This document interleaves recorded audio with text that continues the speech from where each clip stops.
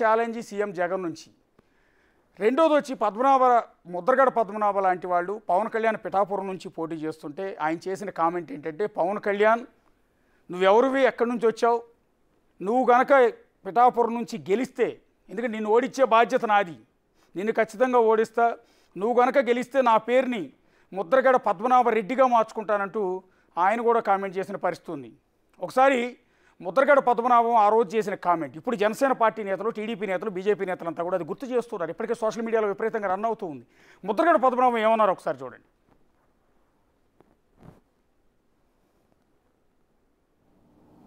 పవన్ గారు మిమ్మల్ని ఓడించి పంపడం ఖాయం. ఓడించి పంపకపోతే నా పేరు పద్మనాభం కాదు, పద్మనాభరెడ్డిగా మార్చుకుంటాను. మిమ్మల్ని ఓడించి పంపకపోతే పద్మనాభం కాదు, నా పేరు పద్మనాభరెడ్డిగా మార్చుకుంటాను.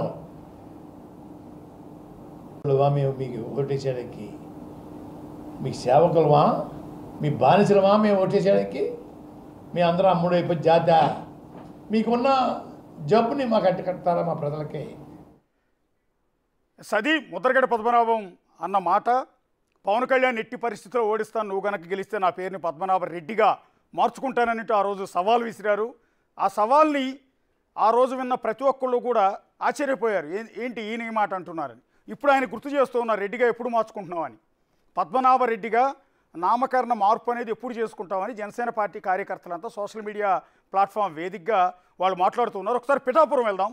పిఠాపురంలో భారీ మెజార్టీతో గత ఎన్నికల్లో పోటీ చేసిన 2 చోట్ల ఓడిపోయి ఘోర అవమానం పాలయ్యి అధికార వైఎస్ఆర్ కాంగ్రెస్ పార్టీ నుంచి ప్యాకేజ్ స్టార్ అంటూ తీవ్ర విమర్శలు ఎదుర్కొని తన పెళ్లిళ్ల గురించి స్వయంగా సీఎం స్థాయి వ్యక్తి బహిరంగ సభలో మాట్లాడుతున్నా కూడా ఆ అవమానాలన్నీ దిగమింగుతూ పార్టీని నడుపుతూ చివరికి టీడీపీతో పొత్తు పెట్టుకుని ఇప్పుడు భారీ మెజార్టీతో పిఠాపురం నుంచి సవాల్ విసిరి గెలిచారు పవన్ కళ్యాణ్. సో ఆ పిఠాపురంలో మా కొలీగ్ రాణా ఉన్నారు, ఆయనతో పాటు జనసేన పార్టీ కార్యకర్తలు ఉన్నారు. సో అక్కడ కార్యకర్తల జోష్ ఏంటి రాణా?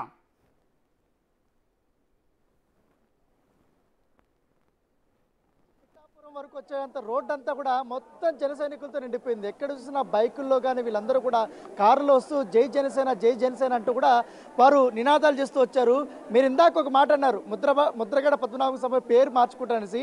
మొత్తం ఇప్పుడు ట్రెండింగ్ ఇక్కడ కూడా ఆఫ్ ద రికార్డు కూడా ఆ పేరు గురించే జరుగుతుంది మొత్తం చర్చ అంతా. ఇప్పుడు మనతో పాటు మాట్లాడడానికి జనసేన కార్యకర్తలు, నాయకులు ఉన్నారు. 10 ఏళ్ల తర్వాత సుదీర్ఘంగా కూడా విజయం కోసం ఎదురు చూస్తారు.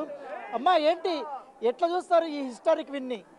ఇది మాకు అంటే మేము 50 రోజుల నుంచి కాకినాడ నుంచి వచ్చి ఇక్కడే ఉంటున్నాము.